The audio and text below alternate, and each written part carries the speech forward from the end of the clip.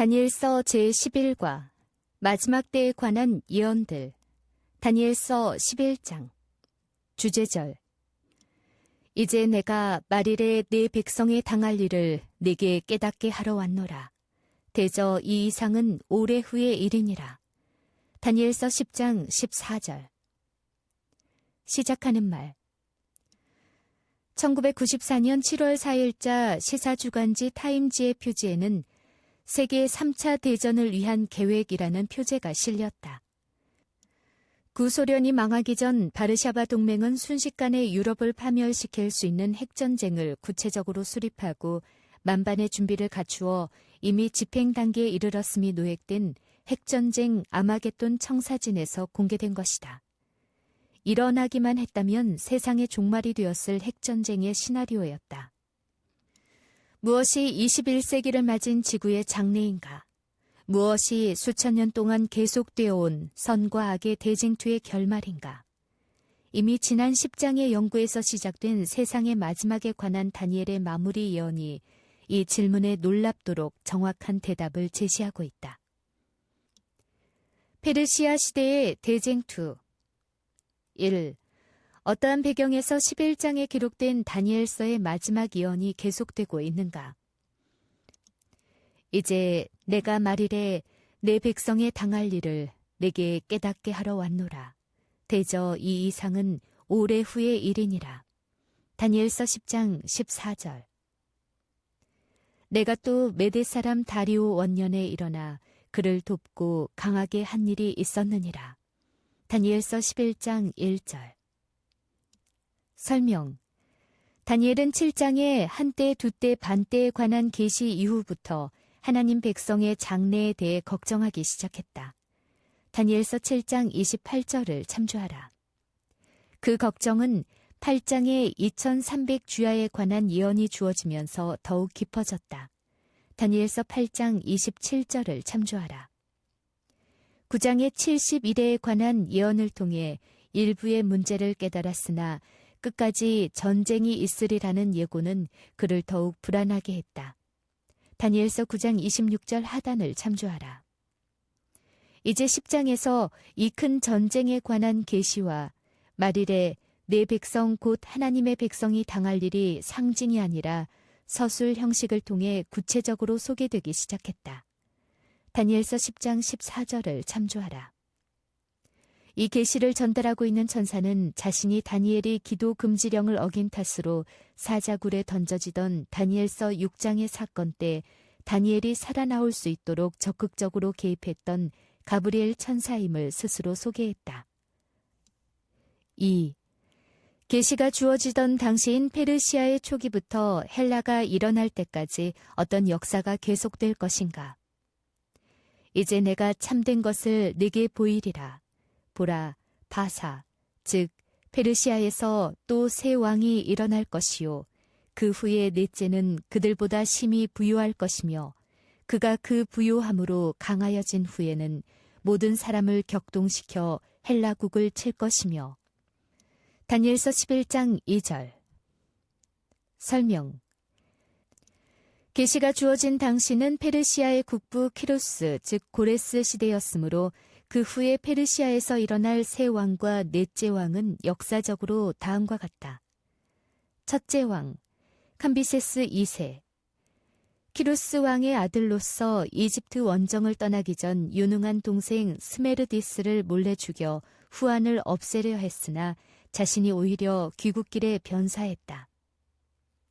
둘째 왕, 가짜 스메르디스. 캄비세스가 이집트 원정에 나간 동안 자신을 캄비세스의 동생인 스메르디스라고 사칭한 바르디아가 왕위를 찬탈했다. 셋째 왕, 다리우스 1세. 가짜 스메르디스를 쫓아내고 왕위에 오른 뒤 제위 2년에 중단된 예루살렘 성전 중건령을 내렸다. 넷째 왕, 크세르크세스. 다리우스 1세의 아들로 에스더의 남편인데 성경에는 아하수에르 왕으로 나온다. 4년간의 전쟁 준비를 끝내고 헬라를 완전히 파멸시키려는 기세로 대원정에 나섰으나 패전하였다. 그 후 몇 명의 왕이 더 일어나 헬라 원정을 계속했으나 오히려 파멸에 이르게 된다. 헬라 시대 3. 헬라 시대의 시작을 알리는 어떤 특별한 인물이 등장할 것으로 예언되었는가? 장차 한 능력 있는 왕이 일어나서 큰 권세로 다스리며 임의로 행하리라. 그러나 그가 강성할 때에 그 나라가 갈라져 천하 사방에 나뉘을 것이나 그 자손에게로 돌아가지도 아니할 것이요 또 자기가 주장하던 권세대로도 되지 아니하리니 이는 그 나라가 뽑혀서 이 외의 사람들에게로 돌아갈 것임이니라. 다니엘서 11장 3절 4절. 설명. 페르시아가 주도하던 헬라 정복의 끈질긴 시도는 마침내 헬라의 한 능력 있는 왕 알렉산드로스 대왕이 일어나면서 졸지에 역전되고 말았다. 도시국가들로 이루어져 있던 헬라 반도를 통일한 마케도니아 왕 알렉산드로스는 3만 5천 명의 소수 정예 부대를 이끌고 숙적 페르시아 정복길에 올랐다. 그는 헬레스폰트 해협을 건너 아시아로 진격하였으며 기원전 331년 페르시아를 멸망시키고 내친 발걸음으로 남쪽으로는 이집트, 동쪽으로는 인도까지 정복하였다. 그러나 그가 한창 강성할 그때인 33세가 되던 해 갑자기 요절하고 말았다. 알렉산드로스의 대제국은 결국 다니엘서 7장의 표범의 머리가 넷이었듯이 또한 8장의 큰 뿔이 꺾이고 그 대신 현저한 뿔 넷이 사방으로 뻗어나간 것처럼 유복자 외에는 후계자가 없던 상황에서 전혀 이 외의 사람들인 알렉산드로스의 네 부하 장군들에 의하여 기원전 301년 입수스 전쟁 이후 정확히 4분됨으로써 예언을 문자 그대로 성취시켰다. 헬라의 남북 왕조 시대 4. 알렉산드로스 대왕의 사후 넷으로 나누어진 헬라의 역사는 어떻게 전개될 것이라고 예언되었는가? 남방의 왕은 강할 것이나 그 군들 중에 하나는 그보다 강하여 권세를 떨치리니 그 권세가 심히 클 것이요. 다니엘서 11장 5절. 설명. 알렉산드로스 대왕의 사후 네 장군에 의해 사분된 네 나라 가운데 마케도니아와 헬라를 맡았던 카산드로스와 소아시아를 맡았던 리시마코스의 나라는 얼마 못되어 종말을 고하고 지도 기원전 275년경에 북방 셀레우코스 왕조와 남방 프톨레마이오스 왕조의 판도에 제시된 지도에 나타난 대로 시리아 쪽을 맡았던 셀레우코스 왕조와 이집트를 맡았던 프톨레마이오스 왕조가 맞대결하는 남북 왕조 시대가 도래하게 되었다. 시리아와 이집트 사이인 팔레스타인에 위치한 유다의 입장에서 볼 때 셀레우코스 왕조의 시리아는 북방왕이었으며 프톨레마이오스 왕조의 이집트는 남방왕이었다. 11장 5절의 최초의 남방왕은 알렉산드로스 대왕의 장군 가운데 하나로 이집트를 차지한 프톨레마이오스 1세이며 그 군들 중에 하나는 한때 불리한 상황에 처하여 남방왕 프톨레마이오스의 수하에 있었으나 나중에는 오히려 강해진 첫 번째의 북방왕 셀레우코스 1세로서 시리아를 비롯하여 이전의 알렉산드로스 대왕의 영토 대부분을 차지하였다. 표 7은 그 이후의 근동 역사를 이끌어간 남방왕인 이집트의 프톨레마이오스 왕조와 북방왕인 시리아의 셀레우코스 왕조를 대비한 것인데 다니엘서 11장에 언급된 왕들만 뽑은 것이다. 성경에 이들의 존재와 역할이 예언을 통해 이처럼 상세히 언급된 것은 참으로 놀라운 일이다. 표 7. 다니엘서 11장에 등장하는 헬라 남북 왕조의 왕들. 연대는 모두 BC이다. 북방왕 시리아의 셀레우코스 왕조. 다니엘 11장 5절. 셀레우코스 1세.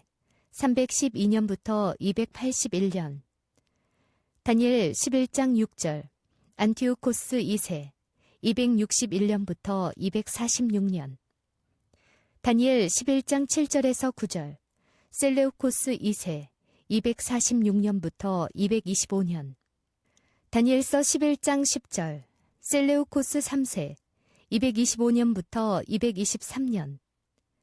다니엘서 11장 10절부터 14절, 안티오코스 3세, 223년부터 187년. 다니엘 11장 15절, 안티오코스 4세, 175년부터 164년. 남방왕 이집트의 프톨레마이오스 왕조. 다니엘서 11장 5절, 프톨레마이오스 1세, 305년부터 282년. 다니엘서 11장 6절, 프톨레마이오스 2세, 283년부터 246년. 다니엘서 11장 7절에서 9절, 프톨레마이오스 3세, 246년부터 221년. 다니엘서 11장 10절에서 13절, 프톨레마이오스 4세, 221년부터 203년. 다니엘서 11장 14절에서 15절, 프톨레마이오스 5세, 203년부터 181년. 다니엘서 11장 17절, 클레오파트라 6세, 51년부터 30년. 5. 남방왕 이집트와 북방왕 시리아는 처음에 서로의 공존을 위해 어떠한 노력을 했는가? 몇 해 후에 그들이 서로 맹약하리니 곧 남방왕의 딸이 북방왕에게 나아가서 화친하리라. 그러나 이 공주의 힘이 쇠하고 그 왕은 서지도 못하며 권세가 없어질 뿐 아니라 이 공주와 그를 데리고 온 자와 그를 낳은 자와 그때에 도와주던 자가 다 버림을 당하리라. 다니엘서 11장 6절. 설명. 남북왕조의 대결은 다음 세대인 2세에 접어들면서 본격화되었다. 처음에는 남방왕 프톨레마이오스 2세가 자신의 딸 베레니케를 북방왕 안티오코스 2세와 혼인시켜 결혼 동맹을 맺음으로 화친을 유지하려 했다. 그러나 프톨레마이오스 2세가 죽자 남편을 베레니케에게 빼앗긴 안티오코스 2세의 전 황후 라우디케는 남편 안티오코스 2세와 베레니케와 그들이 낳은 아들을 죽임으로써 보복하였다. 6. 남방왕과 북방왕의 싸움은 어떻게 더욱 치열해졌는가? 그러나 이 공주의 본족에서 난 자 중에 하나가 그의 위를 이어 북방왕의 군대를 치러 와서 그의 성에 들어가서 그들을 쳐서 이기고 그 신들과 부어 만든 우상들과 그 은과 금의 아름다운 기구를 다 노략하여 애굽으로 가져갈 것이요. 몇 해 동안은 그가 북방왕을 치지 아니하리라. 북방왕이 남방왕의 나라로 쳐들어갈 것이나 자기 본국으로 물러가리라. 다니엘서 11장 7절에서 9절. 설명. 남방왕 이집트의 새로운 왕 프톨레마이오스 3세는 라우디케에게 죽임을 당한 베레니케의 오라비로 동생의 원수를 갚기 위해 북방왕 시리아를 정복한 후 수집해둔 우상 2,500점을 노획하여 본국으로 돌아갔다. 시리아 왕 셀레우코스 2세는 응전했으나 패배하고 겨우 목숨만을 부지하고 귀국했다. 이 전쟁을 BC 246년부터 241년에 있던 제3차 시리아 전쟁이라고 한다. 그리고 구절은 BC 242년에 셀레우코스 2세가 애굽을 침공했으나 아무 소득 없이 시리아로 돌아간 것을 가리킨다. 7. 그 후에도 남방왕 이집트와 북방왕 시리아는 어떻게 끝없는 보복 전쟁을 계속했는가? 해답. 10절에서 12절은 역사상 있었던 제4차 시리아 전쟁을 예언한 것이다. 예언된 대로 남북왕조의 보복적인 대결이 계속되었는데 이 사실을 예언한 성경절에 그대로 역사를 대입하여 예언의 정확성을 성경 본문에서 확인해보자.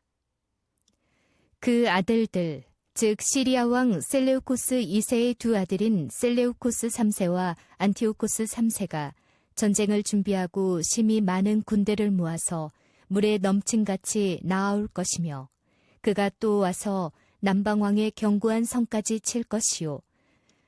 남방왕, 즉 프톨레마이오스 4세는 크게 노하여 나와서 북방왕, 즉 안티오코스 3세와 싸울 것이라.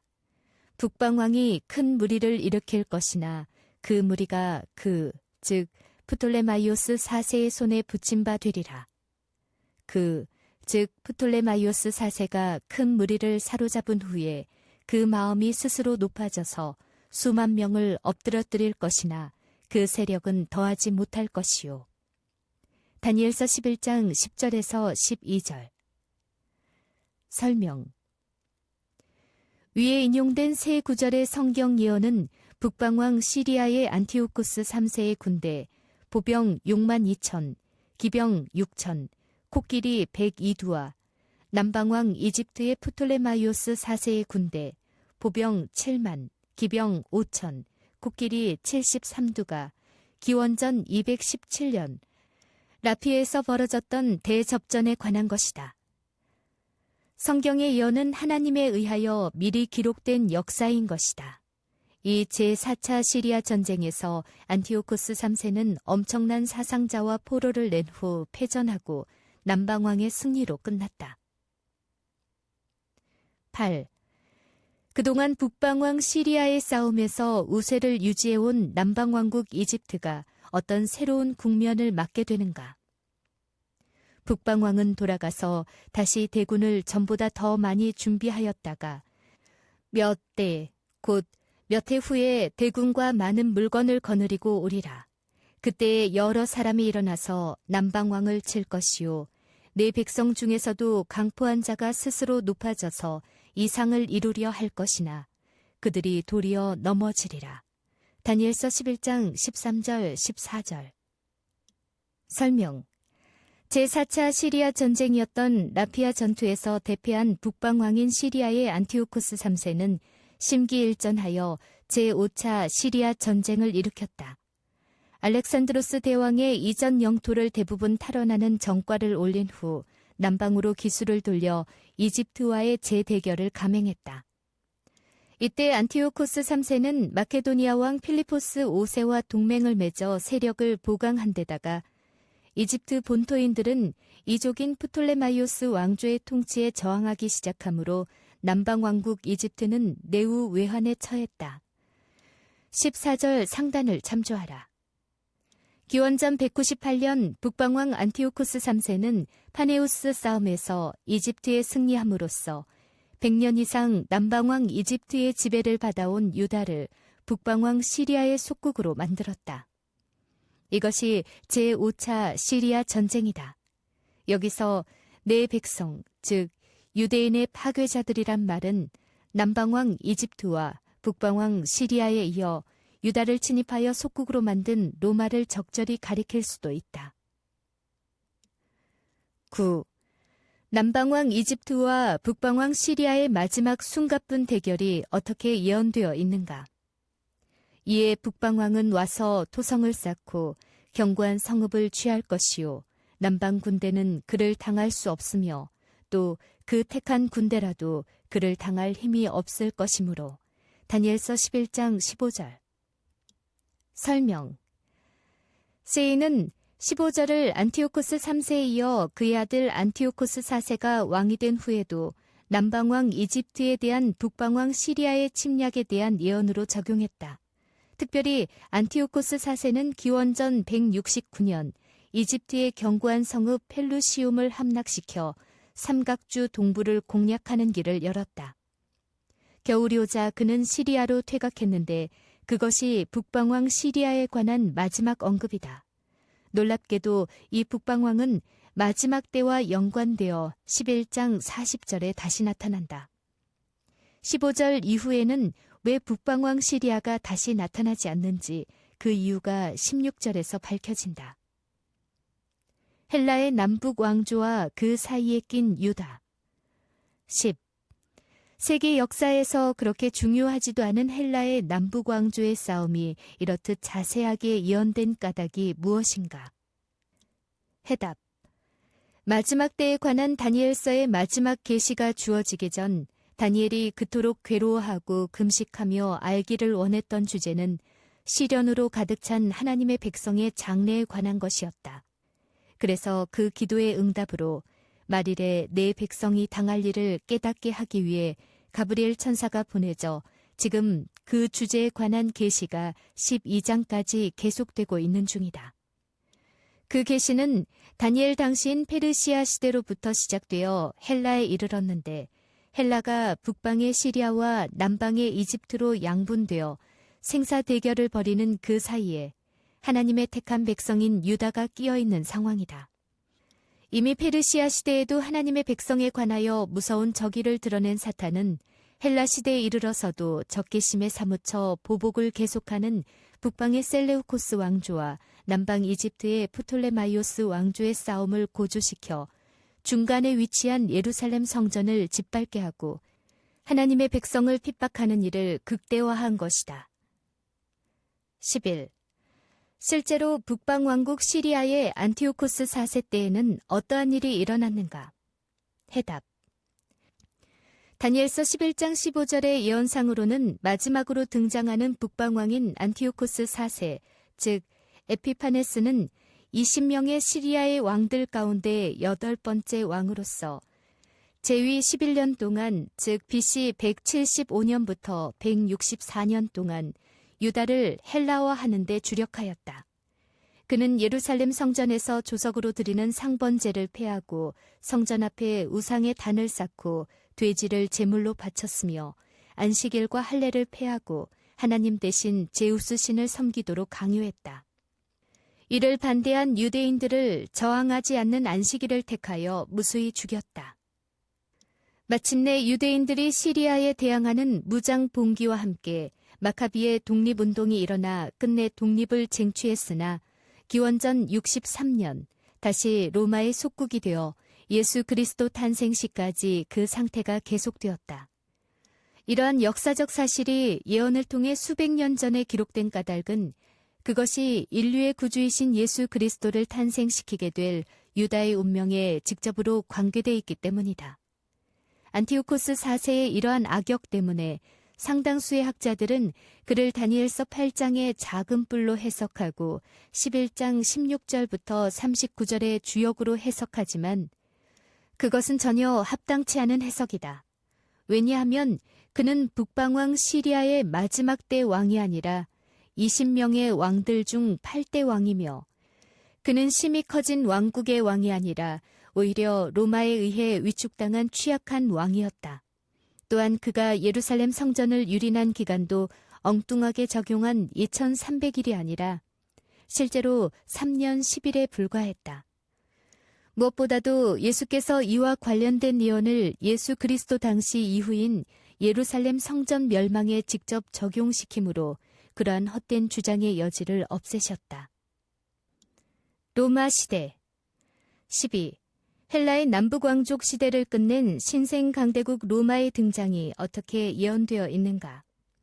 오직 와서 치는 자가 임의로 행하리니 능히 그 앞에 설 사람이 없겠고 그가 영화로운 땅에 설 것이요 그 손에 멸망이 있으리라. 다니엘서 11장 16절. 설명. 앞서 연구한 11장 15절에서 북방왕 시리아는 남방왕 이집트를 거의 승복시킬 것처럼 묘사되었다. 그러나 16절에서 갑자기 사태가 달라진다. 무적에 와서 치는 자, 즉 침략자가 등장하여 세상을 뜻대로 다스린다는 직설적인 예언이다. 기원전 168년 안티오코스 4세가 아버지 안티오코스 3세의 유지를 받들어 이집트로 진격해가고 있을 때 로마에서 특사가 와서 퇴각하라는 명령을 하자 그는 순응하는 길밖에 없었다. 이리하여 기원전 168년 로마에 의해 알렉산드로스의 고국인 마케도니아가 망하고 시리아가 이집트에서 퇴각하고 이집트는 보호령이 됨으로써 헬라 시대는 끝나고 로마 시대가 시작된 것이다. 로마는 기원전 64년 마침내 북방왕 시리아를 정복한 후 로마의 일개주로 복속시켰다. 이듬해인 63년에는 로마의 폼페이우스가 영화로운 땅으로 침공하여 예루살렘을 점령하고 성전을 유린하였으며 12,000명의 유대인을 죽이고 로마의 속주로 만들었다. 16절의 예언이 정확히 성취된 것이다. 13. 시리아와 유다를 멸망시킨 로마의 발걸음이 어떻게 이집트까지 이르게 되는가? 그가 결심하고 전국의 힘을 다하여 이르렀다가 그와 화친할 것이요 또 여자의 딸을 그에게 주어 그 나라를 패망케 하려 할 것이나 이루지 못하리니 그에게 무익하리라. 다니엘서 11장 17절. 설명. 16절에서 예언된 대로 시리아를 거쳐 유대까지 이른 로마의 정복의 발걸음은 남하를 계속했다.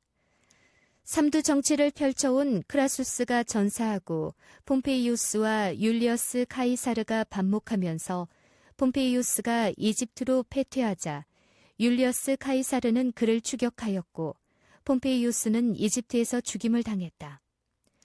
이집트에 오게 된 율리어스 카이사르는 거기서 프톨레마이오스 11세의 딸로 남동생과 왕위 다툼을 하던 22세의 클레오파트라를 만나 황홀한 사랑에 빠져들었다. 그와 연문을 뿌린 여자의 딸은 빼어난 여자를 뜻하는 말로 세계사의 절세미인 클레오파트라에게 적합한 표현이다. 이때 왕위와 인간의 욕망을 함께 이루려 했던 클레오파트라의 계획은 수포로 돌아가게 된다. 아들까지 낳은 터에 남편이 된 율리어스 카이사르를 따라 로마까지 갔으나 얼마 후 그가 암살당하자 그녀는 황급히 이집트로 도망쳐 왔으며 결국에는 독사에 물려 자살하게 되는 비극의 여인이 된다. 그에게 무익하리라는 예언이 성취되었다. 그것이 기원전 30년의 일로 클레오파트라의 죽음과 함께 남방왕 이집트도 끝나게 된다. 14. 율리어스 카이사르의 운명에 관한 어떤 놀라운 예언이 기록돼 있는가? 그 후에 그가 얼굴을 섬들로 돌이켜 많이 취할 것이나 한 대장이 있어서 그의 보이는 수욕을 씻고 그 수욕을 그에게로 돌릴 것이므로 그가 드디어 그 얼굴을 돌이켜 자기 땅 산성들로 향할 것이나 거쳐 넘어지고 다시는 보이지 아니하리라. 다니엘서 11장 18절 19절. 설명. 50세가 넘은 율리어스 카이사르는 이집트를 정복하고 심상치 않은 국제 정세를 의식하여 해안길을 따라 귀국하였다. 그는 도중에 보스포러스, 북아프리카, 스페인 등 적어도 3곳에서 전쟁을 치르며 로마로 개선 입성하였다. 그는 왔노라, 보았노라, 이겼노라 라는 간결한 3마디 메시지를 원로원에 보낼 만큼 원숙한 정치인이자 군인이 되어 있었다. 율리어스 카이사르는 결국 종신 독재관이 되어 로마의 1인 지배자로 득세하였으나 그의 거만함과 잔혹함은 자신의 머리로 되돌아가고 말았다. 그의 수욕을 씻을 대장 롱기누스가 지휘하는 60여 명의 동료 로마인들은 황제가 되려는 율리어스의 야심을 간파하고 기원전 44년 3월 15일 원로원에서 그를 무참하게 암살하여 버린 것이다. 블루터스, 너까지도. 그것이 절친한 친구의 손에 죽은 율리어스 카이사르의 마지막 말이었다.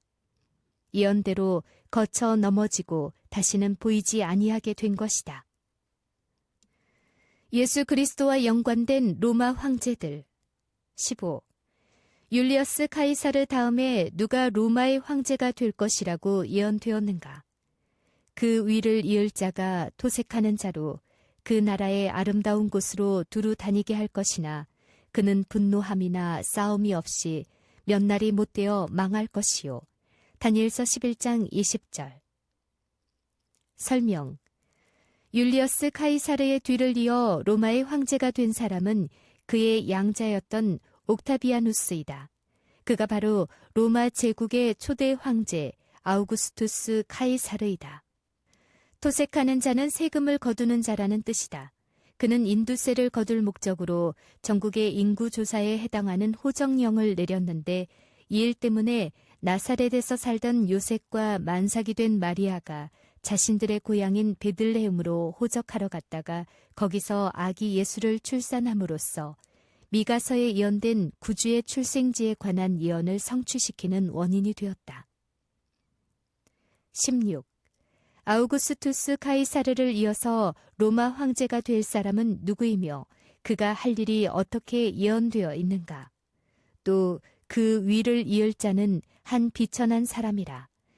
나라 영광을 그에게 주지 아니할 것이나 그가 평안한 때를 타서 괴훌로 그 나라를 얻을 것이며 넘치는 물 같은 군대가 그에게 넘침을 입어 패할 것이요 동맹한 왕도 그렇게 될 것이며. 다니엘서 11장 21절 22절. 설명. 아우구스투스 카이사르의 뒤를 이어 황제가 된 사람은 티베리우스 카이사르였다. 그는 아우구스투스 카이사르의 친아들이 아니라 그와 재혼한 어머니 리비아를 통하여 황실 가족이 되었다. 아우구스투스 카이사르는 당신의 아들이 로마 제국의 자주옷을 입기에는 너무 비열하다는 말로 리비아의 청을 거절했으나 예언된 대로 평안한 때를 타서 괴훌로 나라를 얻어 황제가 되었는데 그가 바로 예수 그리스도를 십자가에 못 박은 티베리우스 카이사르이다. 예언된 대로 그는 독일을 비롯한 각처의 소유를 무력으로 잔인하게 진압하여 많은 피를 흘리게 했다. 그런데 동맹한 왕도 그에 의해 같은 일을 당할 것이라는 예언은 무슨 뜻인가? 동맹한 왕의 바른 번역은 언약의 왕인데 똑같은 용어가 쓰인 곳이 같은 다니엘서 9장 24절에서 27절로서 언약을 굳게 정할 기름 부음을 받은 자, 곧 왕이신 예수 그리스도를 확실히 가리켰다.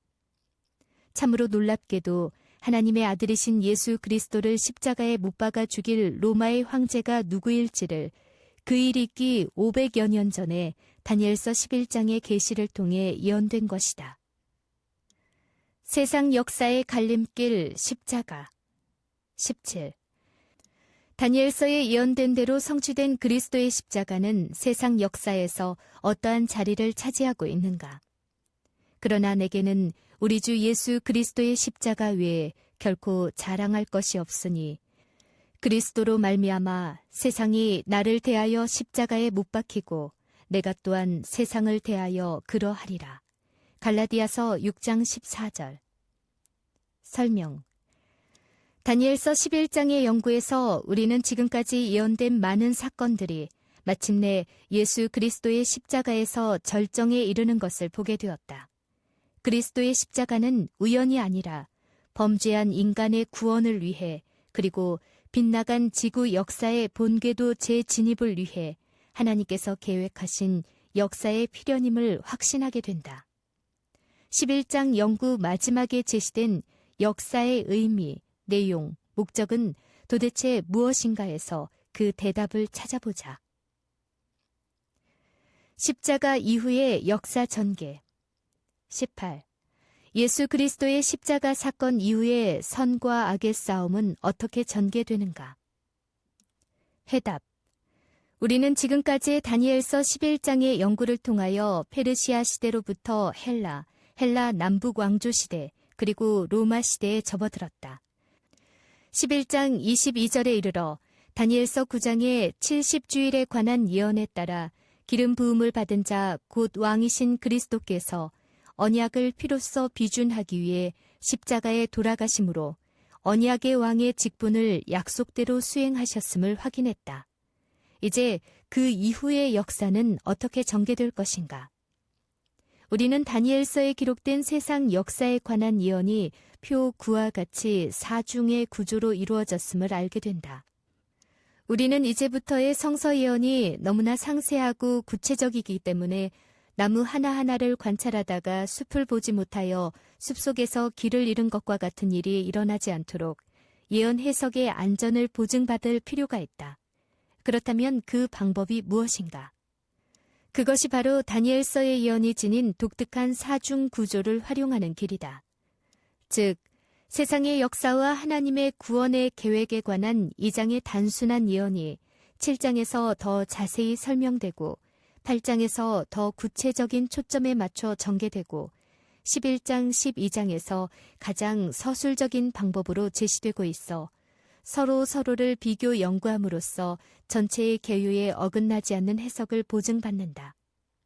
표 10의 다니엘서 예언의 사중 평행 구조를 참조하여 11장의 깊은 예언에 들어가 보자. 표 9.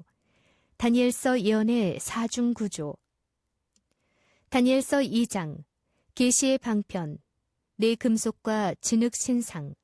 계시의 관점, 정치적인 역사. 다니엘서 7장, 계시의 방편, 네 짐승과 작은 뿔. 계시의 관점, 정치, 종교적인 역사. 다니엘서 8장, 계시의 방편, 수양, 수염소와 뿔. 계시의 관점, 심판과 구원에 연관된 역사. 다니엘서 11장, 12장, 계시의 방편, 직설적인 서술. 계시의 관점, 하나님 백성들의 마지막 대역사. 표 10. 다니엘서 예언 4중 평행 구조. 다니엘서 2장, 바빌로니아, 금머리. 32절, 38절. 다니엘서 7장, 바빌로니아, 사자. 다니엘서 7장 4절. 다니엘서 2장, 페르시아, 은, 가슴. 다니엘서 2장 32절, 39절. 다니엘서 7장, 페르시아, 곰. 다니엘서 7장 5절. 다니엘서 8장, 페르시아, 수양. 다니엘서 8장 3절과 20절. 다니엘서 11장, 12장, 페르시아, 왕. 다니엘서 2장, 헬라, 청동, 배, 39절. 다니엘서 7장, 헬라, 표범, 7장 6절. 권세가 주어짐, 7장 6절. 네 머리, 7장 6절. 다니엘서 8장, 헬라, 수염소, 8장 5절과 21절, 강함. 8장 8절, 큰 뿔이 꺾임, 8장 8절, 네 뿔, 8장 8절. 하늘 사방, 8장 8절. 다니엘서 11장, 12장, 헬라. 2절, 3절. 능력 있는 땅, 3절. 장성할 때 갈라짐, 4절. 사방, 4절. 천하 사방, 4절. 다니엘서 2장, 로마, 철, 다리. 33, 40, 41절. 7장, 로마 제국, 무서운 짐승. 7절, 19절, 23절. 8장, 로마 제국, 서쪽에서 돋아난 수평적 작은 뿔. 9절, 하나님 백성 유린. 10절, 지도자들을 떨어뜨림. 10절, 영화로운 땅을 향함. 9절. 다니엘서 11장, 12장, 로마 제국, 와서 치는 자. 16절, 적은 백성. 23절, 정복의 나섬. 21절, 22절, 언약의 왕 죽임. 22절, 영화로운 땅의 섬. 16절. 다니엘서 2장, 열국시대, 발가락. 41절에서 43절. 다니엘서 7장, 열국시대, 열뿔. 7절, 20절, 24절. 다니엘서 7장, 작은 뿔. 8절, 20절부터 26절. 때와 법을 변경. 25절. 셋대 반. 25절. 성도를 핍박함. 25절. 말로 하나님을 대적함. 25절. 다니엘서 8장, 로마 교황권, 방향을 바꾼 수직적 작은 뿔. 11절, 12절. 성소를 회파함. 11절. 제사를 제함. 11절. 진리를 땅에 던짐. 12절. 형통함. 12절. 망하게 하는 죄악. 13절. 마지막 때. 17절. 진노의 끝. 19절. 강해짐. 24절. 놀랍게 파괴함. 24절. 성도를 멸함. 24절. 괴유를 행함. 25절. 자기를 높임. 25절. 만왕의 왕을 대적함. 25절. 다니엘서 11장, 12장, 로마 교황권, 언약을 배반하는 자. 30절. 적은 백성. 23절. 성소를 모독함. 31절. 제사를 제함. 31절. 거짓을 행함. 23절. 형통함. 36절. 멸망에 가증한 것. 31절. 마지막 때. 35절, 40절. 정한 때 진노가 끝남. 27절, 35절. 적은 백성으로 강해짐. 23절. 큰 분노로 파괴함. 44절. 성도가 칼에 죽음 33절, 괴울로 타락시킴 32절, 스스로 눕힘 36절, 신들의 신을 대적함 36절. 다니엘서 7장, 재림전 조사 심판, 인자가 나라와 백성을 받음 9절에서 14절. 다니엘서 8장, 성소의 정결, 대속죄일, 작은 뿔이 정죄되고 파멸당함 13절, 14절, 25절. 다니엘서 2장, 그리스도의 나라, 돌나라가 수립됨 34절, 44절. 다니엘서 7장, 그리스도의 나라, 성도가 나라를 얻음 18절, 22절. 다니엘서 11장, 12장, 미가엘이 일어남, 은혜의 시기 마침과 재림 12절, 1절부터 3절. 19. 11장 해석에 연관되어 제시된 다니엘서 예언의 사중 평행 구조를 통해 어떠한 점들이 확인되었는가? 해답. 제시된 다니엘서 예언의 정확한 사중 평행 구조를 통해 지금까지 우리가 시도한 예언 해석을 점검해 볼 때 하나도 서로 어긋남이나 무리함이 없이 바르게 진행되었음을 확인하게 된다.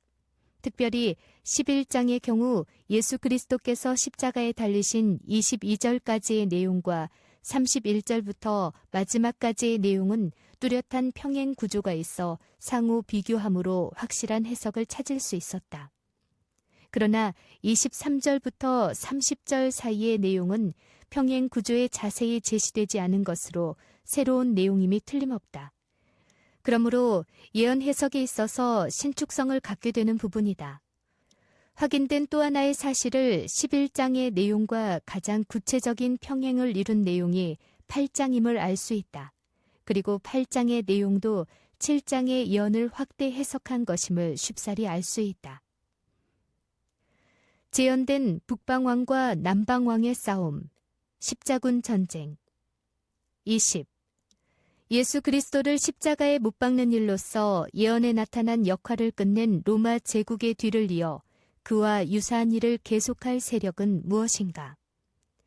그와 약조한 후 그는 거짓을 행하여 올라올 것이요 적은 백성을 거느리고 강하게 될 것이며 다니엘서 11장 23절. 설명. 평행 구조에 의하면 7장의 넷째 짐승인 로마 제국 다음에는 작은 뿔인 중세 교황권이 일어난다. 8장에서도 처음에는 작게 올라온 수평적인 뿔인 로마 제국을 이어서 군대의 주제이신 예수 그리스도를 대적하기 위해 수직적 활동을 시작한 세력도 역시 작은 뿔인 중세 교황권이다. 그리고 요한계시록 12장에서도 10뿔 가진 무서운 짐승인 로마 제국이 여자가 낳은 아들인 예수 그리스도를 죽인 후에 바로 등장한 세력은 중세기 1260년 동안 하나님의 백성, 즉 여자를 무섭게 핍박한 중세 교황권이었다. 계시록 12장 2절부터 6절을 참조하라. 그러므로 11장에서도 언약의 왕이신 예수 그리스도를 십자가에 못 박은 뒤에 이어서 등장한 새로운 세력은 역시 중세 교황권이어야 평행을 이루는 합당한 해석이 된다. 21. 헬라 시대 동안 치열하게 계속되어 온 남방왕과 북방왕의 싸움이 어떤 새로운 체제로 재현되는가? 그가 평안할 때에 그 도의 가장 기름진 곳에 들어와서 그 열조와 열조의 조상이 행하지 못하던 것을 행할 것이요. 그는 노력하며 탈취한 재물을 무리에게 흩어주며 모략을 베풀어 얼마 동안 산성들을 칠 것인데 때가 이르기까지 그리하리라. 다니엘서 11장 24절. 설명. 북방왕이었던 셀레우코스 왕조의 시리아가 예루살렘 성전을 짓밟고 하나님의 백성인 유다를 무섭게 핍박하다가 기원전 64년에 망한 뒤에 들어선 또 다른 북방왕은 로마 제국이었으며 로마 제국도 시리아처럼 예루살렘 성전을 유린하고 그리스도인들을 무섭게 핍박했다. 그리고 서기 476년에 로마가 게르만 민족에 의해 멸망을 당한 후에 그 뒤를 이어 북방왕의 자리에 들어선 것은 중세의 교황권이었으며 과거의 북방왕이었던 시리아나 로마 제국처럼 하늘의 성소를 회파하고 성도들을 핍박하는 일을 계속함으로써 북방왕의 역할을 계속했다. 다니엘서 7장 25절, 8장 11절, 12절, 계시록 12장 6절, 계시록 13장 6절과 7절을 참조하라. 한편 남방왕이었던 프톨레마이오스 왕조의 이집트는 기원전 30년 로마 제국에 의해 멸망당한 뒤 그 지배를 받다가 서로마가 망한 뒤에는 아라비아에서 일어난 이슬람 세력인 사라센의 지배에 들어갔다. 22. 로마 제국을 이어 새로운 북방왕이 된 중세 교황권은 남방의 이집트 세력을 어떻게 정복하려 했는가? 그가 그 힘을 떨치며 용맹을 발하여 큰 군대를 거느리고 남방왕을 칠 것이요. 남방왕도 심히 크고 강한 군대를 거느리고 맞아 싸울 것이나 능히 당하지 못하리니 이는 그들이 모략을 베풀어 그를 침이니라. 다니엘서 11장 25절. 설명. 중세 교황권은 성지인 예루살렘 순례를 구원의 한 방편으로 삼았다. 그런데 사라센이 이어 또 다른 이슬람 세력인 투르크가 예루살렘을 지배하면서부터 예루살렘 순례를 회방하고 순례자들을 핍박하자 교황은 전 유럽을 총동원하여 150년 가까이 계속된 십자군 전쟁을 일으켜 예루살렘을 탈환하려 했다. 그런데 당시의 예루살렘은 이집트에 근거를 둔 이슬람 지배 세력인 칼리프, 즉 마호멧의 후계자의 지배를 받았으므로 실제로는 북방왕이 된 로마 교황이 이집트에 근거한 또 다른 남방왕을 공격한 것이다. 이렇게 일어난 AD 1096년부터 1099년의 제1차 십자군은 예언된 대로 힘을 떨치고 용맹을 발하여 남방왕의 세력을 공격하여 1099년 6월 15일 예루살렘을 탈환하고 거기에 예루살렘 왕국을 건설한 후 개선하였다. 그때 소위 그리스도의 십자가를 표방한 십자군이 학살한 이슬람 교도의 피가 행인의 발목까지 적실 지경이었다고 전해진다. 23.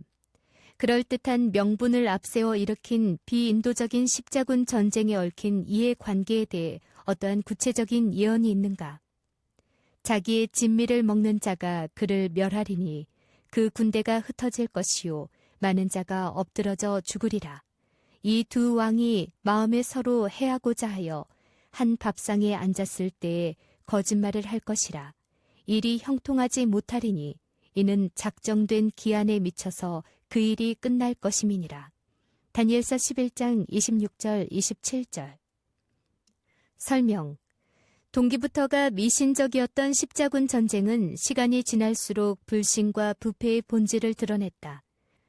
참가한 왕들이나 나라의 이해관계가 저마다 달랐으며 다수의 십자군은 약탈자와 장사꾼으로 변신하기도 했다.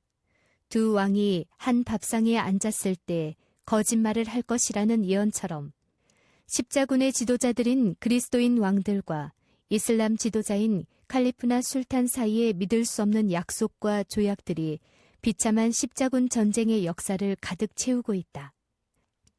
그 대표적인 것이 이슬람의 술탄 살라딘과 엄숙한 평화 협약을 체결해 놓고도 배신한 지도자 레지날드와 기드 류지농의 경우이다. 24. 실패로 끝난 십자군의 종말에 대하여 어떠한 예언이 기록되어 있는가? 북방왕은 많은 재물을 가지고 본국으로 돌아가리니 그는 마음으로 거룩한 언약을 거스리며 임의로 행하고 본토로 돌아갈 것이며 작정된 기한에 그가 다시 나와서 남방에 이를 것이나 이번이 그 전번만 못하리니 이는 기띔의 배들이 이르러 그를 칠 것임이라. 그가 낙심하고 돌아가며 거룩한 언약을 하나고 임의로 행하며 돌아가서는 거룩한 언약을 배반하는 자를 중히 여길 것이며 다니엘서 11장 28절에서 30절. 설명. 10여 세의 소년들을 불러 모아 소년 십자군까지 일으키는 등 온갖 수단과 방법을 총동원하여 예루살렘 정복을 시도한 7차에 걸친 십자군 전쟁은 때때로 승리하기도 했으나 마침내 실패로 끝나고 말았다. 그 결과 중세 교황권은 약화되어 종교개혁이 일어나게 되는 분위기를 형성하게 되었다. 중세 로마 교황권이 십자군을 통해 시도했던 성지 탈환은 실패했지만 의외로 동방의 문물이 서방에 전달되는 계기가 됨으로써 직후에 유럽에서 문의 부흥으로 일컫는 르네상스가 일어나는 원인이 되었다. 뿐만 아니라 전쟁 수행을 위해 양측이 모두 이탈리아의 상업 도시들로부터 배를 빌려 쓰게 되어 기띔, 즉 서방의 배가 싸움에 동원되리라는 예언도 이루어졌다. 예언된 대로 마지막인 제7차 십자군은 모슬렘, 즉 이슬람의 본거지인 남방왕 이집트를 직접 침공하였으나 역시 실패로 끝나고 말았다. 이 마지막 십자군 전쟁에 참여했던 프랑스의 루이 9세는 이집트군의 포로가 되었으며 몸값을 내고 겨우 살아 돌아갔다. 예언된 대로 십자군 전쟁의 결과 북방왕인 로마 교황권은 낙심하고 돌아가는 루이 9세의 모습처럼 사양길에 접어들게 되고 잇따라 일어난 16세기 종교개혁으로 깊은 곤경에 빠지게 된다. 거룩한 언약을 배반하는 자를 중히 여기는 일에 박차를 가하는 역사를 이어지는 연구에서 확인하게 된다. 25. 북방왕의 자리에 들어선 중세 로마 교황권은 어떠한 역할을 통해 하나님의 성소와 백성을 회방하게 되는가? 군대는 그의 편에 서서 성소, 곧 견고한 곳을 더럽히며 매일 드리는 제사를 폐하며 멸망케 하는 미운 물건을 세울 것이며 그가 또 언약을 배반하고 악행하는 자를 괴울로 타락시킬 것이나 오직 자기의 하나님을 아는 백성은 강하여 용맹을 발하리라. 다니엘서 11장 31절 32절. 또 스스로 높아져서 군대의 주제를 대적하며 그에게 매일 드리는 제사를 제하여 버렸고 그의 성소를 헐었으며 범죄함을 인하여 백성과 매일 드리는 제사가 그것에게 붙임 바 되었고 그것이 또 진리를 땅에 던지며 자의로 행하여 형통하였더라. 다니엘서 8장 11절 12절. 설명. 시리아와 로마 제국에 이어 새로운 북방왕이 중세 교황권에 의해 하나님의 성소와 백성에게 어떤 일을 일으키게 될지를 예언하고 있다. 11장 31절과 평행 구조를 이루는 8장 11절을 비교해 볼 때 이곳의 성소는 수직적인 작은 뿔이 공격하는 하늘 성소이며 매일 드리는 제사, 즉 타미드로 표현된 하늘 성소의 끊임없는 봉사도 승천하신 그리스도께서 하늘 성소에서 수행하는 봉사인 것이다. 히브리서 4장 14절에서 16절을 참조하라. 8장 연구에서 밝힌 대로 로마 가톨릭 교회에 의하여 아직도 이 땅에서 행해지는 사제제도, 고백성사, 제사인 미사, 성제, 화채설, 마리아 중보 등은 모두 하늘에서 수행되고 있는 그리스도의 성소 봉사를 회방하고 폐하는 일인 것이다. 26. 이러한 북방왕에 의하여 하나님의 백성은 어떠한 시련을 겪으며 어떠한 반응을 하게 되는가? 그가 또 언약을 배반하고 악행하는 자를 괴울로 타락시킬 것이나 오직 자기의 하나님을 아는 백성은 강하여 용맹을 발하리라. 백성 중에 지혜로운 자가 많은 사람을 가르칠 것이나 그들이 칼날과 불꽃과 사로잡힘과 약탈을 당하여 여러 날 동안 쇠폐하리라. 다니엘서 11장 32절 33절. 설명. 이 일은 다니엘서 7장 25절에 나타난 작은 뿔에 의해 한때 두때 반때 동안 성도들이 겪게 되는 핍박이나 12장 7절에 다시 언급된 중세기, 즉 AD 538년부터 1798년 동안의 성도가 겪을 경험과 일치하는 것이다. 이러한 핍박에도 불구하고 12세기 초 북이탈리아에서 왈덴스인들이 일어나 죽음을 무릅쓰고 지방어로 번역된 성경을 배포하고 중세 로마 가톨릭 교회의 비성서적인 교리를 전면 거부하고 진리를 가르치다가 십자군에 의해 무참한 떼죽음을 당하기도 했다. 예언대로 하나님을 아는 용맹한 백성들이 일어난 것이다. 백성 중에 지혜로운 자들이 일어나 많은 사람에게 진리를 가르칠 것이라고 했다. 그 당시 지혜로운 자들로 14세기 영국의 옥스퍼드 대학 출신 위클립 교수를 비롯하여 철두철미한 개혁을 주장하고 가르치다가 종교 재판을 받고 화형에 처해진 보헤미아 즉 체코의 프라하 대학 총장 허스, 교수 제롬, 이탈리아 수도승 사보나롤라, 영국의 딘테일 등 무수한 사람들을 꼽을 수 있다. 중세기의 암흑이 한참 깊어가던 16세기 초 독일의 루터, 스위스의 치빙글리, 프랑스의 칼뱅, 그리고 홀란드의 메노 시몬 등에 의해 본격적인 종교개혁이 일어나 예언대로 쇠퇴할 때 도움을 조금 얻었다. 그러나 잇따라 일어난 로마 가톨릭의 강력한 반종교개혁에 부딪혀 질이 멸렬하여 결국 개혁을 완수하지 못하고 교파만을 양상한 개신교로 정착되고 만다. 이러한 중세 교황권의 핍박에도 불구하고 하나님을 아는 백성이 일어나 죽음을 불사하고 불의에 항거했으며 지혜로운 자들이 많은 사람에게 진리를 가르치다가 불과 칼에 죽임을 당하리라는 생생한 예언이 성취됐다. 다니엘서의 마지막 때 27. 북방왕인 중세 교황권의 활동이 제한을 당하는 작정된 기한은 언제인가? 성도는 그의 손에 붙임 바 되어 한때와 두때와 반때를 지내리라. 다니엘서 7장 25절 하단. 설명. 다니엘서에 명확히 예언된 작은 뿔인 중세 교황권의 활동 기간은 한때, 두때, 반때, 곧 1260일, 곧 1260년으로 확정되어 있다. 다니엘서 7장 25절, 8장 19절, 11장 35절을 참조하라. 그것은 6세기, 즉 AD 538년에 시작되어 프랑스 혁명이 끝나는 18세기 말, 즉 AD 1798년까지 한정되어 있다. 결국 프랑스 혁명의 원인을 제공한 부패한 왕권과 타락한 교권이 무너지면서 중세기가 끝나고 근세사가 시작된 것이다. 예언된 마지막 북방왕의 신성 모독적 속성 28. 마지막 북방왕의 신성 모독에 관한 어떤 속성들이 낱낱이 예언되어 있는가? 이 왕이 자기 뜻대로 행하며 스스로 높여 모든 신보다 크다 하며 비상한 말로 신들의 신을 대적하며 형통하기를 분노하심이 쉴 때까지 하리니 이는 그 작정된 일이 반드시 이룰 것임이니라. 다니엘서 11장 36절. 설명. 이 왕이 누구인가에 관하여는 두 가지 견해가 있어 왔다. 하나는 35절에 언급된 마지막 때를 시작한 무신론적인 프랑스 혁명 세력이라는 전제로 해석을 펼쳐간다. 그럴 경우에는 40절의 마지막 때에 남방왕 이집트에게 찔림을 받는 북방왕을 당시의 역사 상황에 적용하여 터키로 돌리게 된다.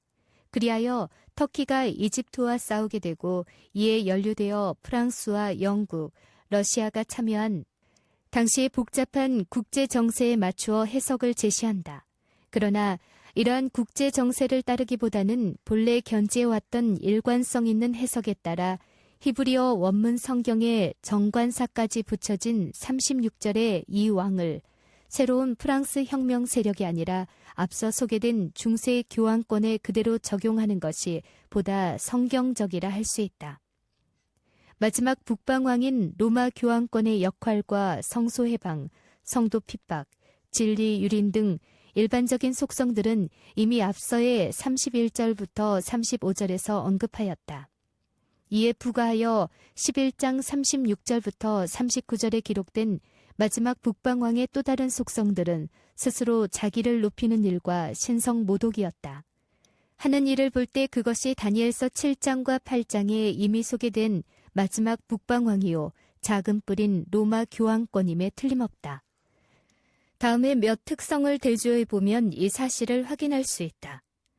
11장 36절 스스로 높여 모든 신들 위에 뛰어나려 함.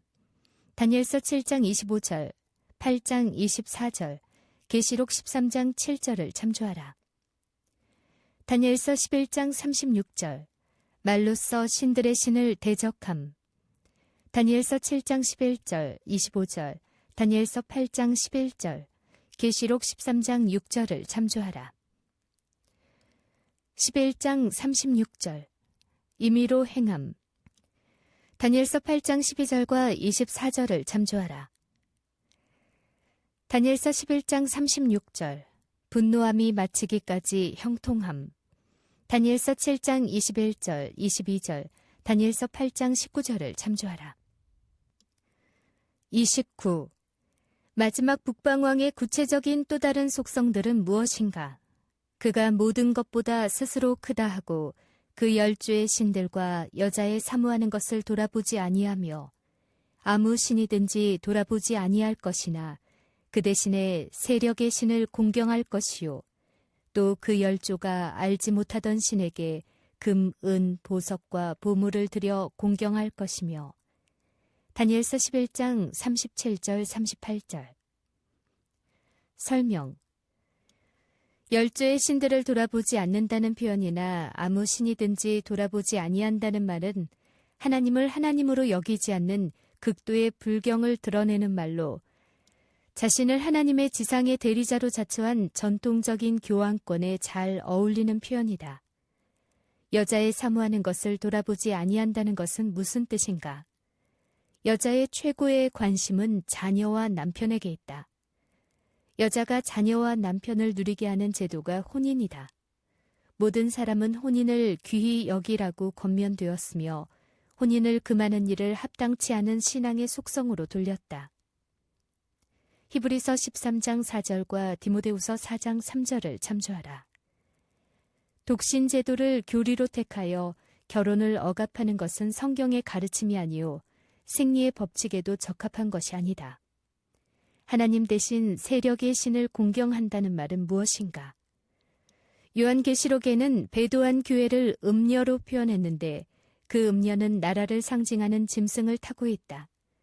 계시록 17장 3절을 참조하라. 교회가 영적으로 타락하면 하나님 대신 세속적인 권력에 의존하는 경향이 뚜렷하다. 그것이 중세교회가 보여준 정교일치의 신조였으며 그 결과는 모두의 타락과 부패와 파멸이었다. 예배와 신앙 행사에 금, 은, 보석과 보물을 바친다는 말은 타락한 교회를 묘사한 금과 보석과 진주로 꾸미고 손에 금잔을 가진 요한계시록의 음녀의 모습을 연상하게 한다. 계시록 17장 4절을 참조하라. 다니엘서 예언의 마지막 때 30. 다니엘서에 자주 나오는 마지막 때는 구체적으로 언제부터 시작되는가? 다니엘아, 마지막 때까지 이 말을 간수하고 이 글을 봉함하라. 많은 사람이 빨리 왕래하며 지식이 더하리라. 다니엘서 12장 4절. 마지막 때에 남방왕이 그를 찌르리니 북방왕이 병거와 마병과 많은 배로 회리바람처럼 그에게로 마주와서 그 여러 나라에 들어가며 물이 넘친같이 지나갈 것이요. 다니엘서 11장 40절. 설명. 마지막 때라는 말은 히브리어로 에드케츠인데 성경 전체에서 5번 나오는 특별한 용어로 아래와 같이 모두 8장 이후의 다니엘서에만 나타난다. 다니엘서 8장 17절. 이 이상은 정한 때의 끝에 관한 것이라. 다니엘서 11장 35절. 마지막 때까지 이르게 하리니. 다니엘서 11장 40절. 마지막 때의 남방왕이 즉 북방왕을 찌르리니. 다니엘서 12장 4절. 마지막 때까지 이 말을 간수하고. 다니엘서 12장 9절. 대저 이 말은 마지막 때까지 간수하고 봉함할 것이니라. 그런데 이 구절들을 평행구조와 문맥을 통하여 볼 때 이 마지막 때는 프랑스 혁명에 의해 중세 교황권의 전성시대가 끝나는 한때, 두때, 반때의 끝인 1798년이다. 1798년, 중세기의 상징인 교황 피우스 6세가 프랑스 군사정부의 베르티에 장군에게 잡혀 유배되었다가 이듬해 옥사함으로써 중세기가 끝나고 근세사가 시작된다. 다니엘서의 마지막 때는 세상 역사의 근세사의 시작인 것이다. 마지막 때의 남방왕과 북방왕은 누구인가? 남방왕과 북방왕의 배경. 본래 남방과 북방의 개념은 이스라엘을 방위의 기준으로 한 표현이다. 다니엘서 11장에서 셀레우코스 왕조의 시리아가 이스라엘 북쪽에 있었기 때문에 북방왕이 되었고 프톨레마이오스 왕조의 이집트는 이스라엘 남쪽에 있었기 때문에 남방왕으로 부른 것이다.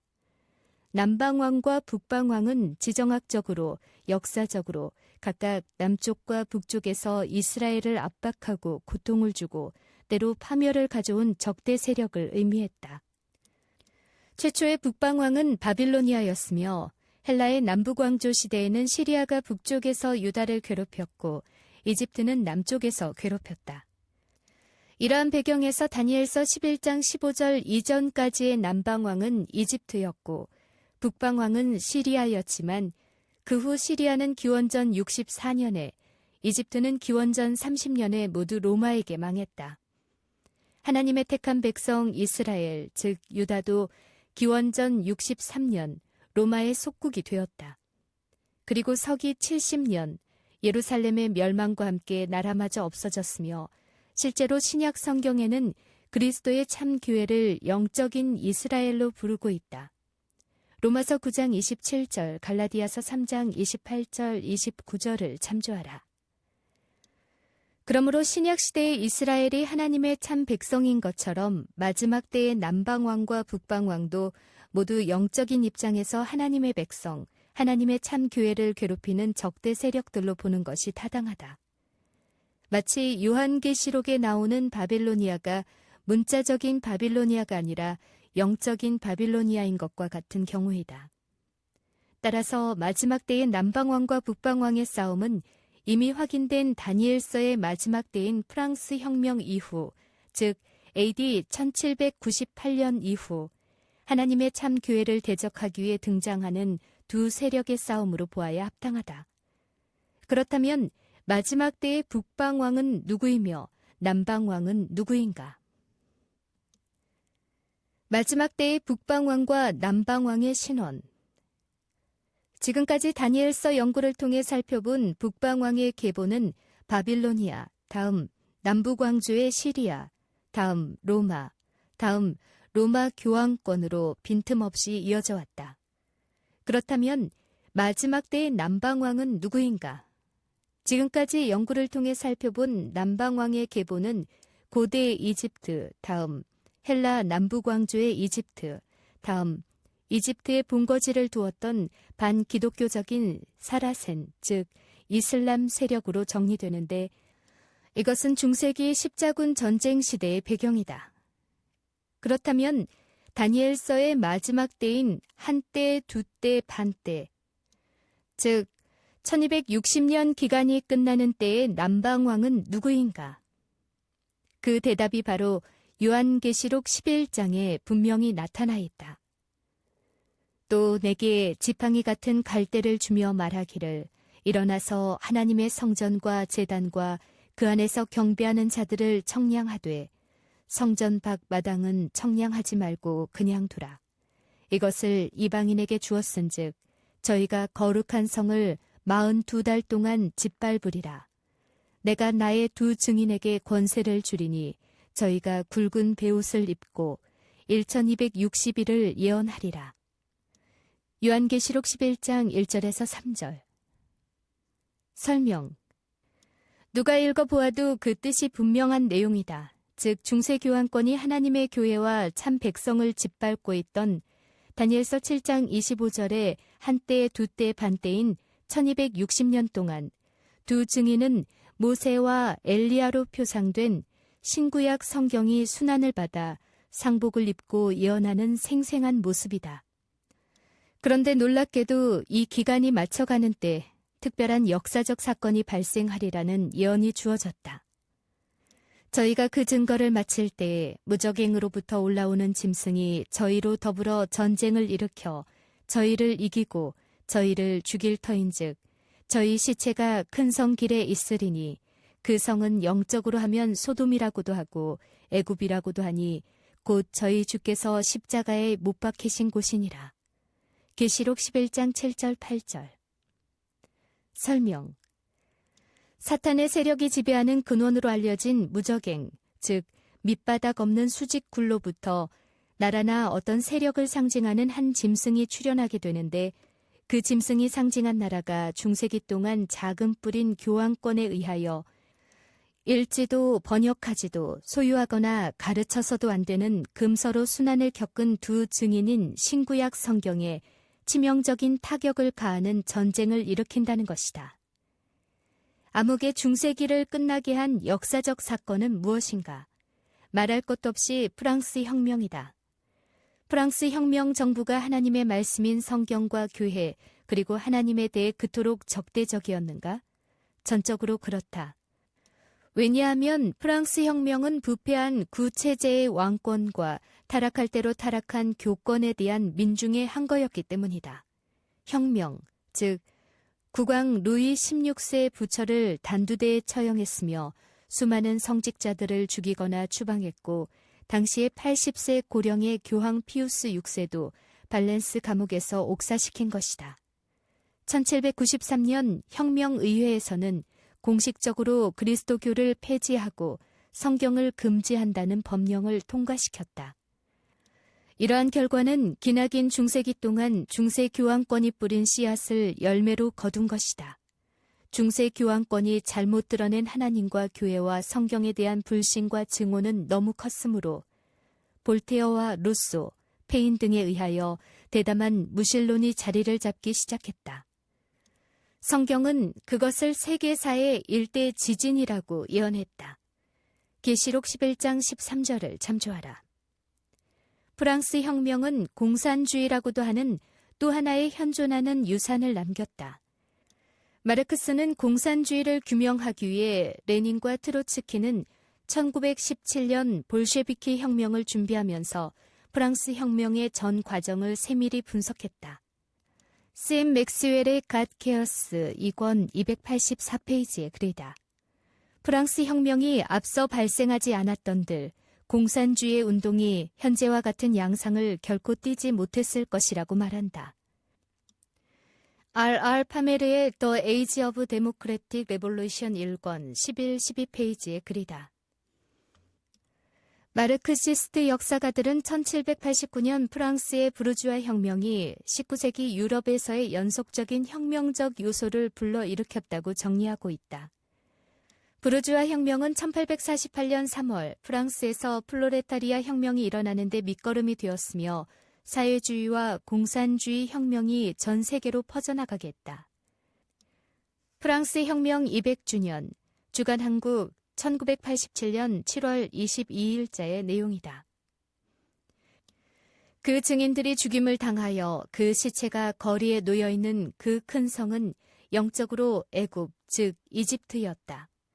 성경의 역사에 기록된 모든 나라 가운데서 애굽처럼 대담하게 살아계신 하나님의 실존을 부인하고 그분의 명령을 거역한 나라는 없었다.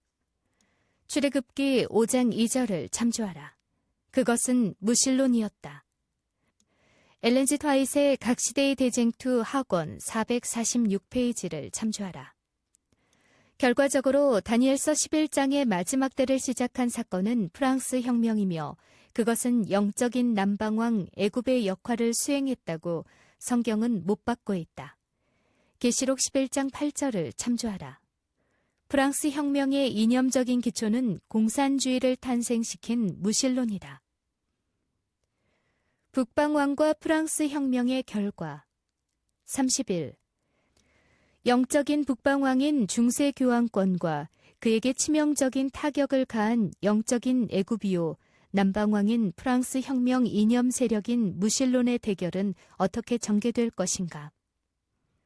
마지막 때에 남방왕이 그 북방왕을 찌르리니 북방왕이 병거와 마병과 많은 배로 회리바람처럼 그에게로 마주와서 그 여러 나라에 들어가며 물이 넘친같이 지나갈 것이요.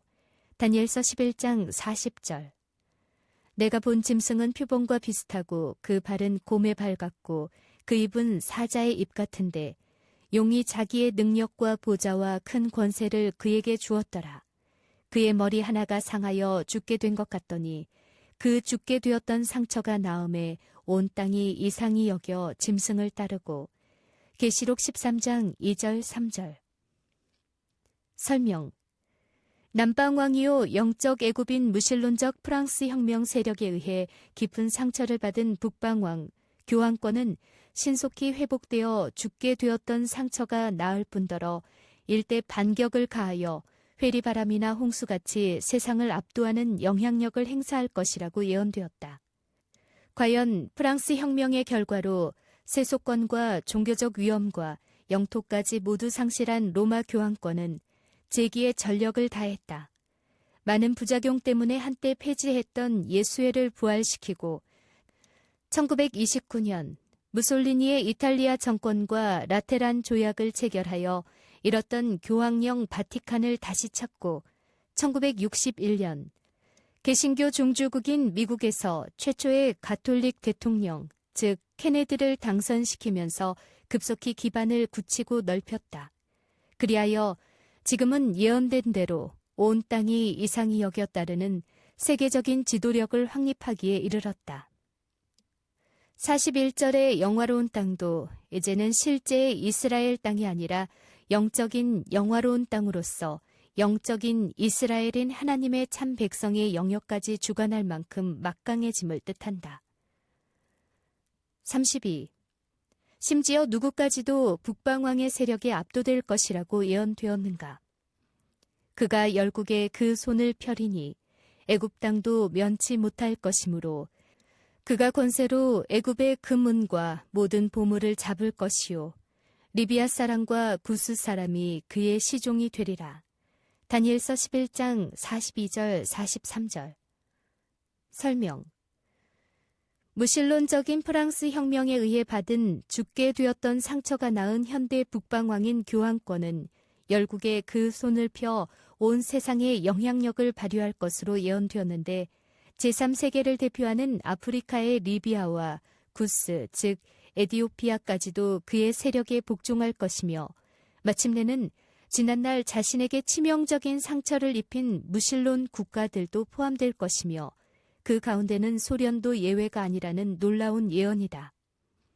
프랑스 혁명을 계기로 발생한 무신론적인 공산혁명이 1917년 러시아, 1945년 북한, 1949년 중국, 쿠바, 에티오피아, 중남미 등 전 세계로 번지면서 가장 위협을 느낀 것은 교황권과 미국이었다.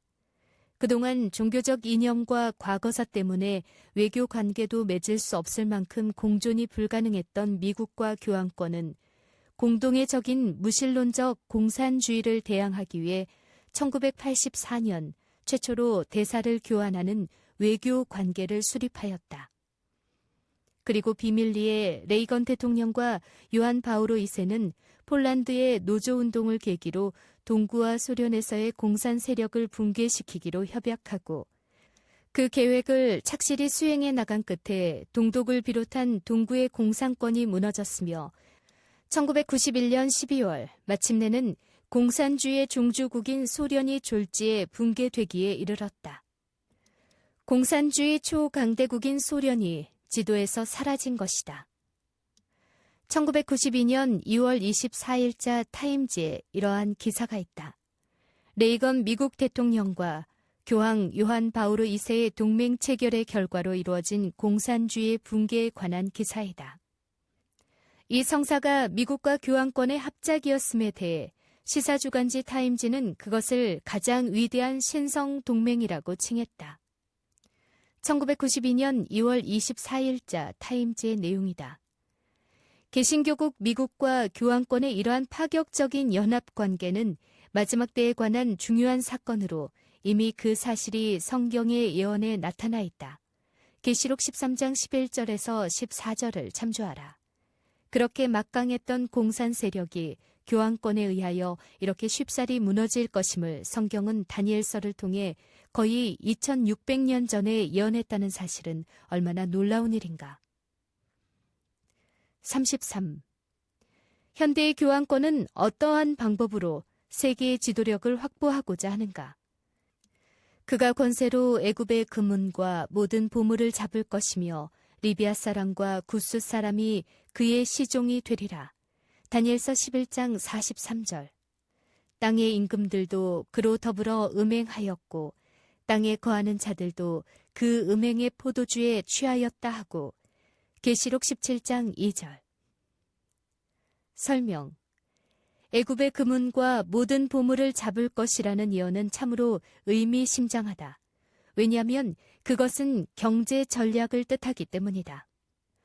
영적 이집트인 무신론적인 공산권의 붕괴는 경제의 몰락 때문이었다. 계시록 13장에 기록된 대로 거짓 예배를 강요하는 수단도 역시 짐승의 표로 표현되는데 매매를 못하게 하는 경제 통제인 것이다. 계시록 13장 17절을 참조하라. 또한 세속적인 정치에 깊이 관여하여 땅의 임금, 즉 정치적 지도자들과 밀접한 이해관계를 유지하며 새로운 세계 질서를 주창하고 포도주로 취하게 하듯 자신의 신조와 통치 이념을 고취시킬 것이라고 예언되었다. 모두 현실이 된 놀라운 예언이다. 북방왕을 번민하게 하는 기별. 34. 마지막 북방왕인 교황권이 세계의 지도력을 거의 장악할 무렵 어떤 일이 일어나게 되는가. 그러나 동북에서부터 소문이 이르러 그로 번민케 하므로 그가 분노하여 나가서 많은 무리를 다 도륙하며 진멸코자 할 것이요. 다니엘서 11장 44절. 설명. 이처럼 세상의 대권을 장악했다고 생각하게 될 때 영적인 북방왕을 번뇌케 할 뿐만 아니라 분노하여 사륙까지 감행하게 할 놀라운 소문이 동북에서부터 오게 된다는 예언이다. 이곳의 소문은 소식, 기별로 번역되는 말이다. 35. 북방왕을 분노하게 할 동북에서부터 오는 소문은 무엇을 뜻하는가? 볼지어다 그가 구름을 타고 오시리라. 각 사람의 눈이 그를 보겠고 그를 찌른 자들도 볼 것이요. 땅에 있는 모든 족속이 그로 말미암아 애곡하리니 그러하리라. 아멘. 계시록 1장 7절. 이 일 후에 다른 천사가 하늘에서 내려오는 것을 보니 큰 권세를 가졌는데 그의 영광으로 땅이 환하여지더라. 힘센 음성으로 외쳐 가로되 무너졌도다 무너졌도다 큰 성 바벨론이하여 귀신의 처소와 각종 더러운 영에 모이는 곳과 각종 더럽고 가증한 새에 모이는 곳이 되었도다. 그 음행에 진노의 포도주를 인하여 만국이 무너졌으며 또 땅의 왕들이 그로 더불어 음행하였으며 땅의 상고들도 그 사치의 세력을 인하여 치부하였도다 하더라. 계시록 18장 1절에서 3절. 설명. 본래 해 뜨는 동쪽은 하나님의 사자가 오는 곳으로 예수님이 나타나는 곳의 상징이다. 계시록 7장 2절, 이사야 41장 25절, 에스겔 43장 1절 2절, 시편 48편 2절을 참조하라. 북쪽도 마찬가지로 하나님의 보좌가 있는 곳, 하나님의 사자가 나타나는 곳이다. 이사야 14장 13절을 참조하라. 이 모든 것을 조합해 볼 때 동북에서부터 소문은 예수님의 재림을 가리키는 게 확실하다. 또한 세 천사의 기별로 적용할 수도 있다. 계시록 14장 6절에서 12절을 참조하라. 이 기별이 늦은 비 성령의 능력으로 힘있게 전해질 때 온 세상이 그 영광으로 환하여지게 될 것이다. 왜 이 기별에 대하여 북방왕이 그렇게 분노할까? 그 기별의 내용이 바로 본래의 북방왕의 표본인 영적 바벨로니아의 죄상을 공개하고 교황권의 파멸을 알리는 심판을 선언하고 있기 때문이다. 계시록 13장 13절부터 15절을 참조하라. 36.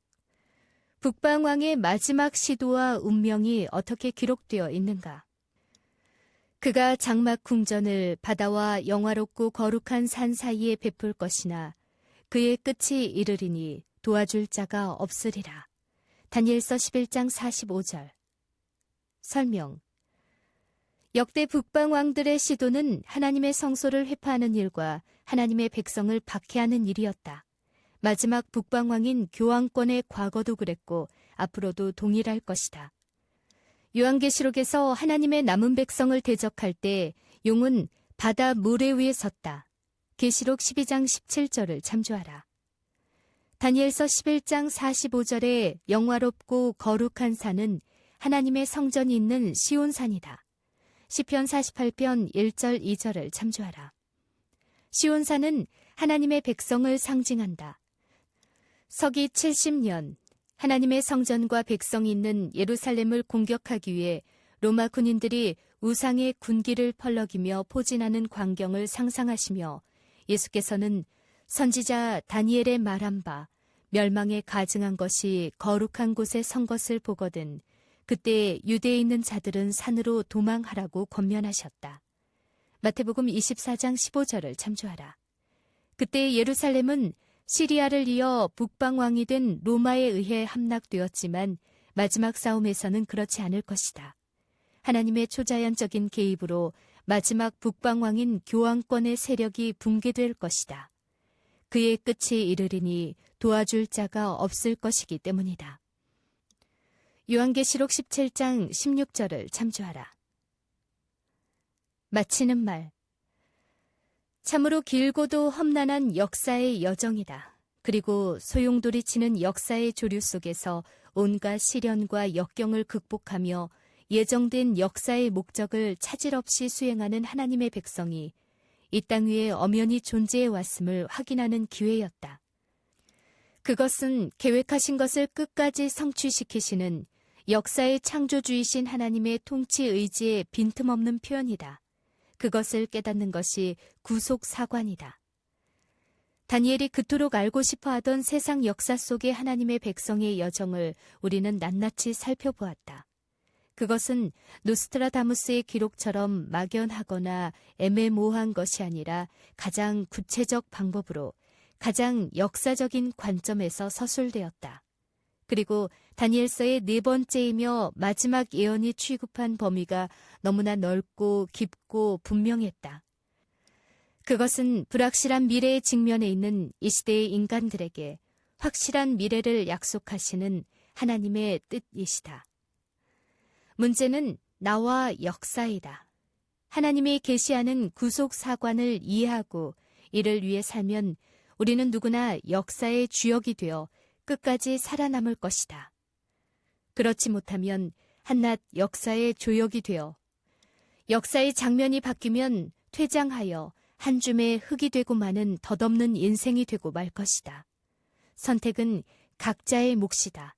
그리고 그것은 각자의 영원한 생사의 갈림길이다. 지금이 바로 그 생명의 길을 선택해야 할 시간이 아닌가.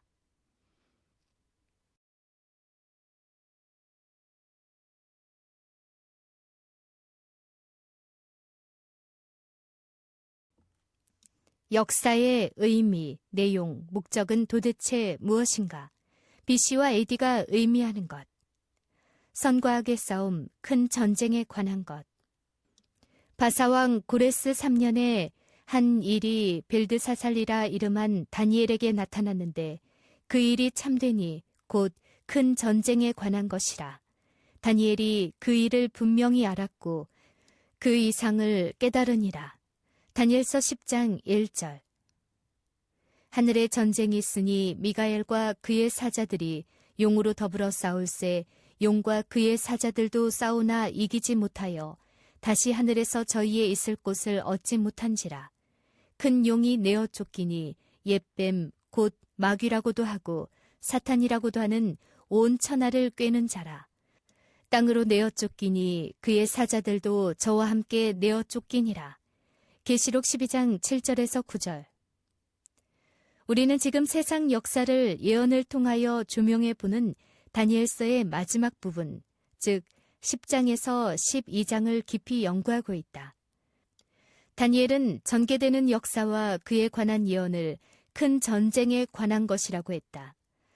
전쟁은 싸우는 당사자가 있고 싸우는 내용이 있게 마련이다. 신약 성경의 유일한 예언서인 요한계시록은 그것을 그리스도이신 미가엘과 사탄을 상징하는 용, 곧 하나님과 사탄 사이의 전쟁이라고 표현했다. 그런데 우주적 차원에서 시작된 이 싸움이 이 지구에서 계속되고 있는 사실에 대해 구약 성경의 처음 책인 창세기와 신약 성경의 마지막 책인 요한계시록에 다음과 같이 일관성 있게 표현하고 있다. 내가 너로 여자와 원수가 되게 하고 너의 후손도 여자의 후손과 원수가 되게 하리니 여자의 후손은 네 머리를 상하게 할 것이요 너는 그의 발꿈치를 상하게 할 것이니라 하시고 창세기 3장 15절. 하늘에 큰 이적이 보이니 해를 입은 한 여자가 있는데 그 발 아래는 달이 있고 그 머리에는 12별의 면류관을 썼더라. 이 여자가 아이를 베어 해산하게 되매 아파서 애써 부르짖더라. 용이 해산하려는 여자 앞에서 그가 해산하면 그 아이를 삼키고자 하더니 여자가 아들을 낳으니 이는 장차 철장으로 만국을 다스릴 남자라. 그 아이를 하나님 앞과 그 보좌 앞으로 올려가더라. 계시록 12장 1절에서 5절. 분명해진 사실은 이 땅에서 펼쳐지고 있는 인간의 역사는 하늘에서 시작된 하나님과 사탄, 선과 악 사이의 큰 싸움의 연장인 것이다.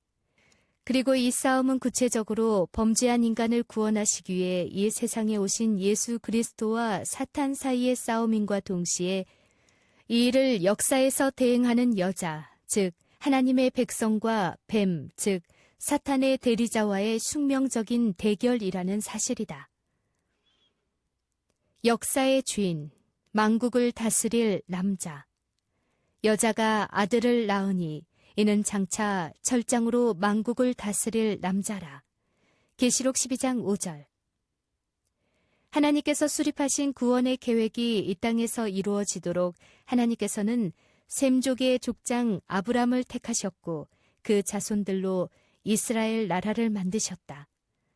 사탄은 함족의 족장 니무롯을 택하여 바빌로니아를 시작하였다. 하나님과 사탄의 싸움은 구약시대에는 하나님의 백성 이스라엘과 바빌로니아로 대표되는 여러 강대국들을 통해 계속되었다.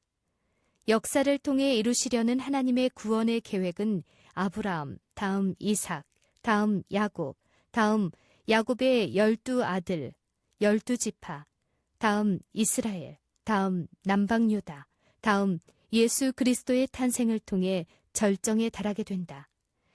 한편 하나님의 이러한 구원의 계획에 맞서기 위해 등장시키는 강대국들이 바로 다니엘서에 등장하는 사자, 즉 신바빌로니아, 다음 곰, 메디아 페르시아, 다음 표범, 즉 헬라, 다음 무서운 짐승, 즉 로마, 다음 작은 뿔, 즉 중세 교황권으로 이어진 역사의 내용이다.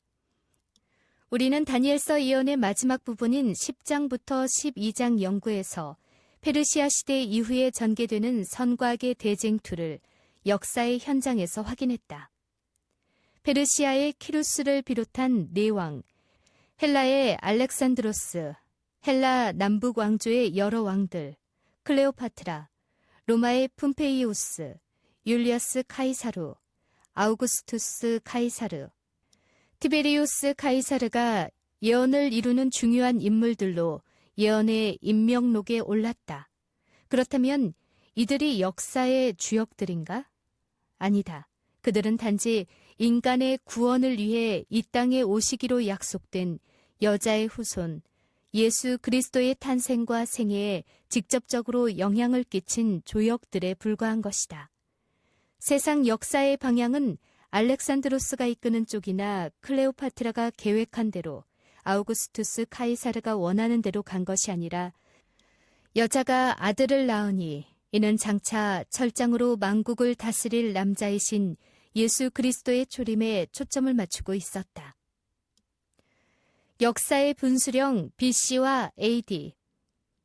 마침내 약속된 대로 다니엘서 9장에 기록된 그 때가 참에 하나님이 그 아들을 보내사 여자에게 나게 하셨으며 미가 선지자가 예고한 베들레헴이 출생지가 된 것이다.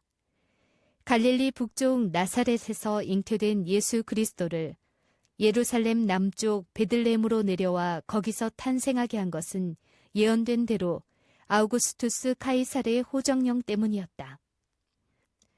갈라디아서 4장 4절, 미가서 5장 2절, 다니엘서 11장 20절, 누가복음 2장 2절을 참조하라. 이 모든 역사의 목적이요 내용이요 절정이신 예수께서 마침내 이 땅에 초림하셨다. 그리고 역사는 예수 그리스도를 중심으로 다시 흐르기 시작했다. 그리스도 오시기 전의 역사는 BC, 즉 비포 크라이스트로, 오신 이후의 역사는 AD, 즉 아노 도미나이, 즉 우리 주님의 해로 두 동강이 나고 말았다. 그리스도 탄생 이전의 역사인 BC의 모든 역사는 예수 그리스도의 초림을 목표로 하는 방향으로 흐르고 있었음이 명백해진 것이다. 그리스도께서 이 땅에 오심으로 세상의 가치관이 바뀌고 삶의 의미가 달라졌으며 인간의 운명이 달라진 것이다. 그렇다면 그리스도 탄생 이후의 역사인 AD의 모든 역사는 무엇을 목표로 흘러가고 있는가? 그것이 신구약 성경의 맨 마지막에 기록된 예수 그리스도의 재림인 것이다. 이것들을 증거하시니가 가라사대 내가 진실로 속히 오리라 하시거늘 아멘. 주 예수여 오시옵소서. 주 예수의 은혜가 모든 자들에게 있을지어다. 아멘. 계시록 22장 20절 21절의 말씀이다.